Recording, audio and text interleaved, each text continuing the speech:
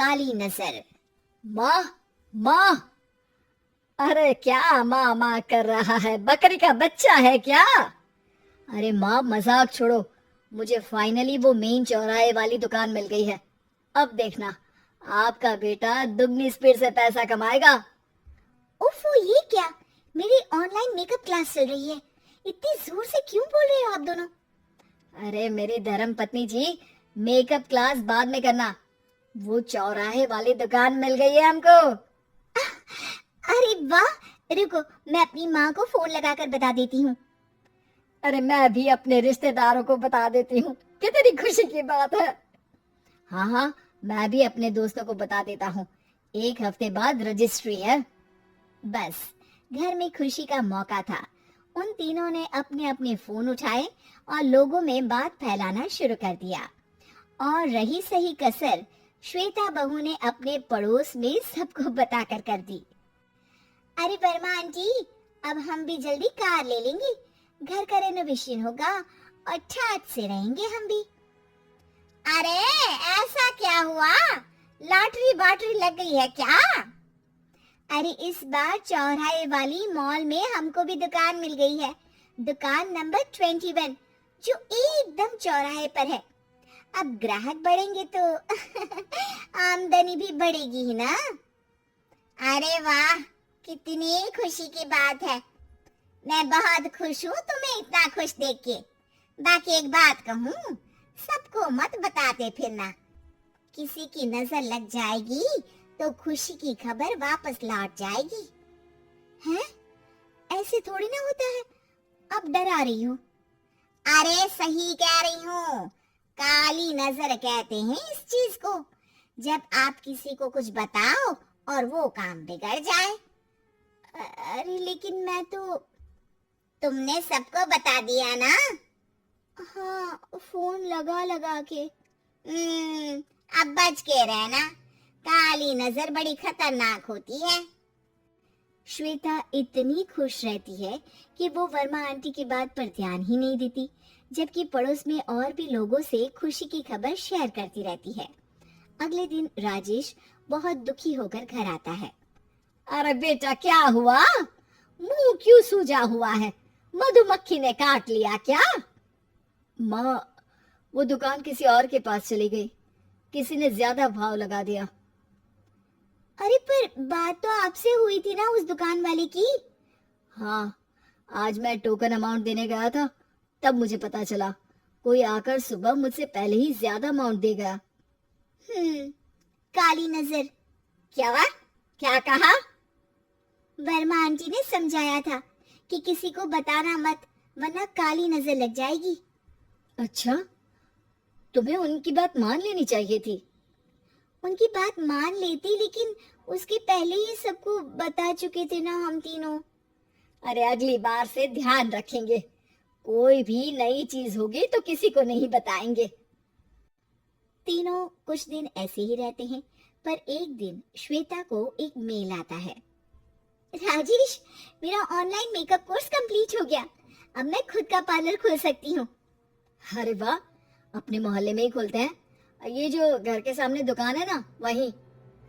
हाँ, यहाँ सस्ती भी मिल जाएगी। अगले दिन श्वेता वर्मा आंटी के पास जाती है, मिठाई का डब्बा लेकर।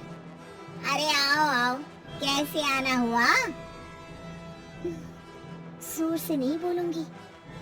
वो सामने वाली दुकान है ना, वहाँ मैं अपनी पार्लर की दुकान खोलने वाली हूँ। उसकी मिठाई है। अरे वाह, बहुत बधाई हो तुमको।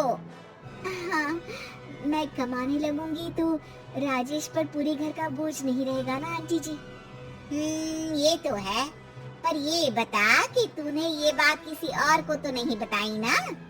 अरे नहीं नहीं, पिछली बार गलती कर दी थी। काली नजर लगी किसी की और राजेश के हाथ से वो दुकान चली गई थी। सबको मत बताना। चलो मैं चलती हूँ, कल दुकान की बात करने भी तो जाना है। अगले दिन श्वेता दुकान के लिए मालिक से बात करने जाती है। अरे लेकिन दुकान तो हम कल रात को ही किसी को दे चुके हैं। कल ही? हाँ, कल ही। 2 दिन बाद कोई यहाँ पार्लर भी खोल लेगा। आप कहीं और दुकान देख लीजिए।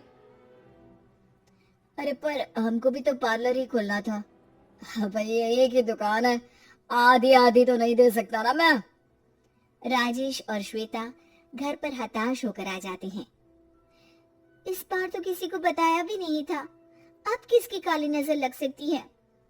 सुनो, तुमने माँ को बताया था क्या? अरे कैसी बात कर रही हो, माँ की नजर थोड़ी ना लगेगी। पक्का तुमने किसी को नहीं बताया था ना? सिर्फ वर्मा आंटी को बताया था, उन्होंने ही मुझे किसी को नहीं बताने को कहा। अरे यार तुम भी सही हो, मेरी माँ को नहीं बताने को कह रही हो, पर वर्मा आंटी को बताना तुम्हें जरूरी लगा। अरे वर्मा आंटी ने ही तो काली नजर के बारे में बताया था ना, वो हमेशा हमारा भला ही तो चाहती है। मेरी माँ भी हमारा भला ही चाहती है। अरे पर चिल्ला क्यों रहे हो? बात नहीं कर सकते क्या आराम से? नहीं आता हूँ आराम से बात करना, और करना भी नहीं चाहता हूँ मैं। दुकान जाने का दुख गुस्से में बदल गया था और राजेश और श्वेता में बात बंद हो गई थी। 2 दिन बाद मोहल्ले में पार्लर का इनॉग्रेशन हुआ, जिसमें मोहल्ले के सभी लोगों को बुलाया गया, पर श्वेता, राजेश और माँ नहीं जाते। माँ अंदर आ जाओ, क्या देख रही हो? अरे नया पार्लर देख रही हूँ अपने आंगन से। देखो, माँ को दूसरे का सुख देखने में कितना मजा आ रहा है, मेरा दुख नहीं दिख रहा इन्हें। यहाँ मेरा पार्लर भी तो हो सकता था। अरे चुप रहो यार, हर बात में लड़ाई क्यों ढूंढ रही हो? राजेश और श्वेता फिर बहस करने लगते थे। तभी माँ ने दोनों को बाहर बुलाया। अरे जरा देखो तो, दुकान चलाने वाले का बोर्ड पर नाम क्या लिखा है? श्रुति वर्मा। गाड़ी निकाले बेटा, हमें कहीं जाना है। काली नजर का इलाज कराने। राजेश अपनी बाइक निकालता है। तीनों ट्रिपलिंग कर रहे हैं। माँ राजेश को उस मॉल वाली दुकान पर लेकर जाती है जहाँ राजेश अपनी दुकान खोलने वाला था। यही दुकान लेना चाहता था ना तू? हाँ, पर इनको भी दुखी करने लेकर आई हो क्या यहाँ पर दुकान दिखाकर? वहाँ काफी नहीं था? अरे श्वेता थोड़ा सब्र रख, अभी पता चलेगा कि हम यहाँ क्यों आए हैं। बता, इस दुकान चलाने वाले का नाम क्या है? अनुपम वर्मा। कुछ समझ में आया? वो दुकान वाली श्रुति वर्मा, ये दुकान वाला अनुपम वर्मा, और हमारे पड़ोस में हमने उस दुकानों के बारे में बताया किसको था? अब वर्मा आंटी को। मतलब वर्मा आंटी ही हमारा काम बिगाड़ रही है? नहीं नहीं, ऐसा नहीं हो सकता, ये बस इत्तेफाक है। राजेश अपना फोन निकालता है और श्रुति वर्मा और अनुपम वर्मा के नाम फेसबुक पर सर्च करता है, जहां ये दोनों ही वर्मा आंटी के रिश्तेदार होते हैं। श्वेता को समझ में आ जाता है कि वर्मा आंटी की ही नजर काली नजर है। अब क्या करना है? कोई भी खुशी की खबर हो तो काली नजर से बचना है, यानी वर्मा आंटी से बचना है। अरे पर मुझे ये समझ में नहीं आया कि वो हमारे साथ ऐसा क्यों करेंगी। अरे बेटा, एक सीख है, दूर के आदमी को आपकी तरक्की से कम परेशानी होगी, पड़ोसी को ज्यादा।